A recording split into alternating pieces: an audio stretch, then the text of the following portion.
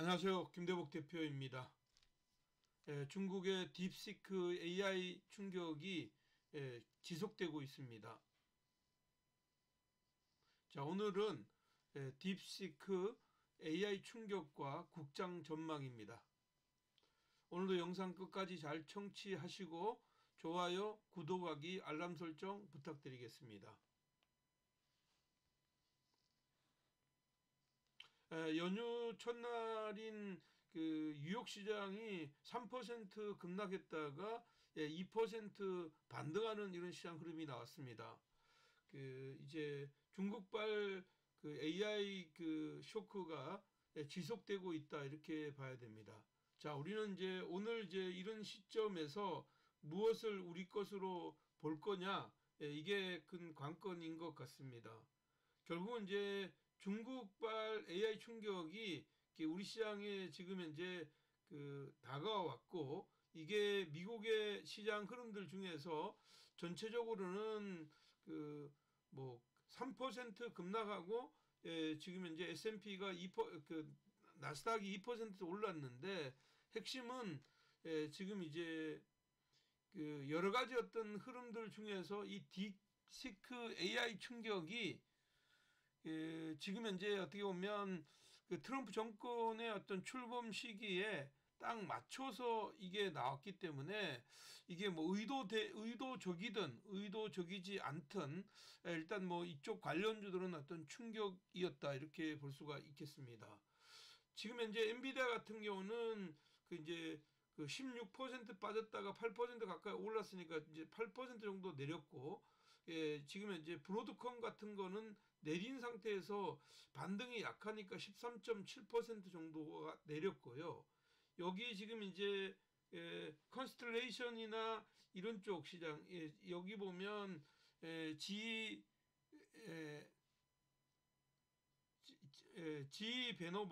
베노바도 14%가 내렸거든요. 그런데 여기서 중요한 건 여기 메타 같은 경우나 이 메타 같은 경우 주가가 9%가 올랐다는 것하고, 그 다음에 애플이 7%가 올랐다는 거예요.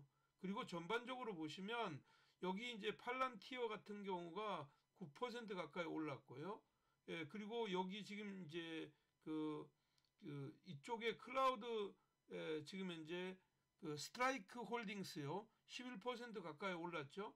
여기 보면 밑에 여기 지금 보면 세일즈포스 이런 쪽의 시장도 10%, 지금 현재 여기 보면 서비스 나우 같은 경우도 6% 가까이 올랐단 말이에요. 그러면 이 흐름에서 이야기하는 것은 기본적인 시각은 이렇게 보셔야 될 것 같아요.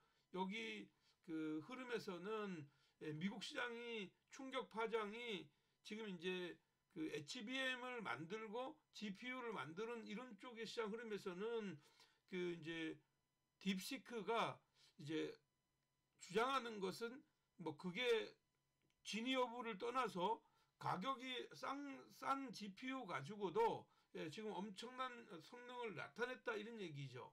그렇기 때문에 이거와 관련돼 있는 회사들은 가격의 어떤 조정이 분명히 나올 가능성이 있다 이래서 주가가 많이 빠졌고, 그러니까 반도체 중심의 어떤 주가가 많이 빠졌다. 그리고 AI와 관련해서 움직였던 어떤 전력, 그리고 전기, 이런 쪽의 시장들이 많이 빠진 반면에 실질적으로 이쪽에 가장 수혜가 될 수 있는 지금 스마트폰 관련이나 아니면 지금 현재 메타 같은 거, 지금 이제 똑같은 오픈 AI 이쪽에 어떤 형에서 지금 이제 라마에 대한 어떤 기대감이 지금 메타를 올렸다고 보고, 마찬가지로 이제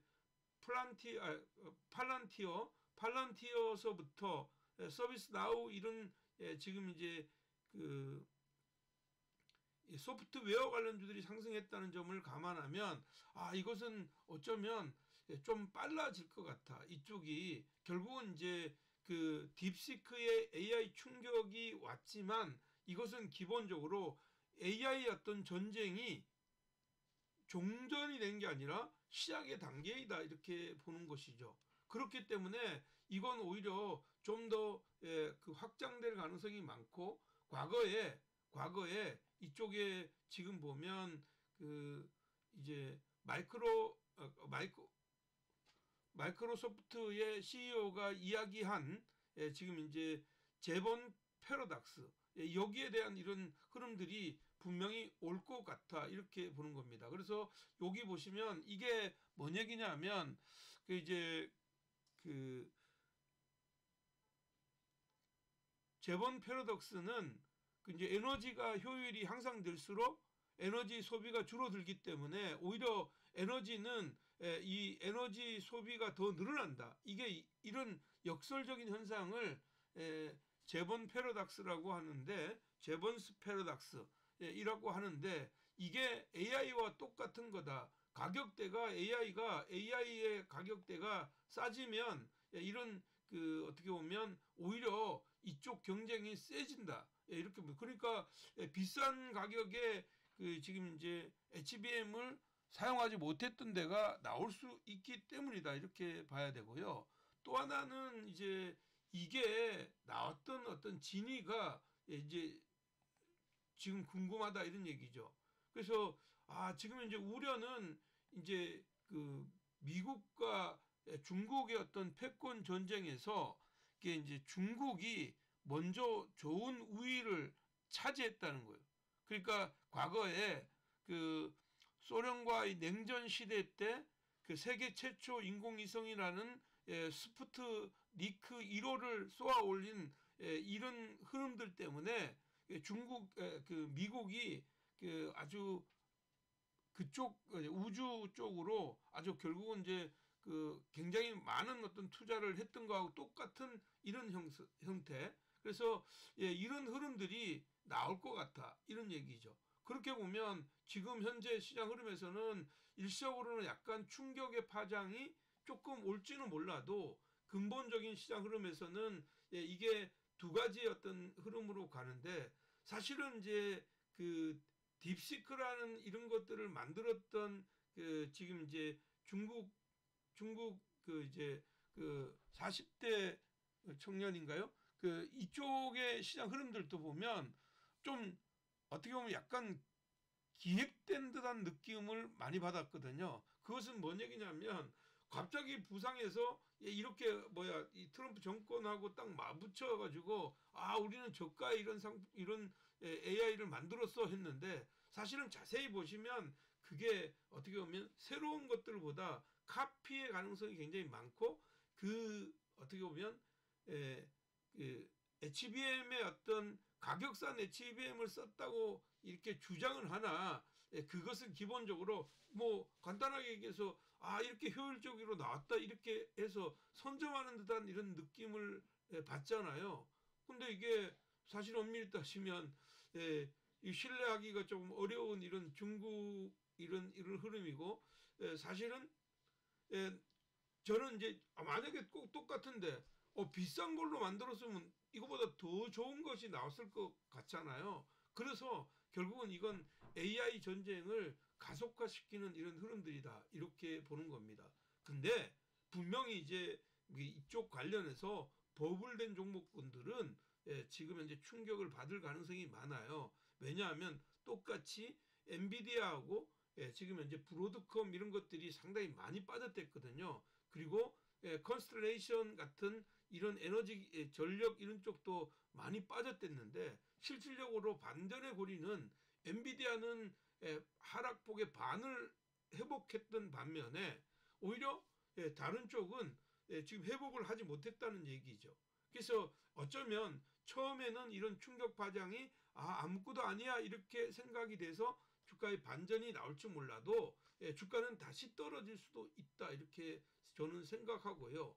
근데 이것은 어떻게 보면 AI라는 이 산업의 어떤 발전의 속도를 굉장히 빨리 가져올 수밖에 없다. 왜냐하면 지금 이제 트럼프가 나오면서 AI의 어떤 가속도를 내려는 이런 시장 흐름들이 나왔고, 그리고 특히 이제 여기서 이제 중요한 거는 이제 그 어떻게 보면 이제 그 수요일 날에, 이번 주 수요일 날 이제 그러니까 오늘 저녁에 장이 끝나고 난 뒤에 뭐 지금 테슬라나 마이크로소프트, 메타 이런 쪽이 실적 발표가 있잖아요. 이 실적 발표할 때 그 그 AI에 대한 어떤 투자를 지금 현재 지금처럼 그대로 유지한다. 이렇게 보면 지금 현재 메타 같은 경우는 오히려 좀 더 많은 어떤 액수를 더 투자한다고 이렇게 이야기한 바가 있고, 마이크로소프트도 마찬가지인데, 이것이 변함이 없다면 시장은 어떻게 보면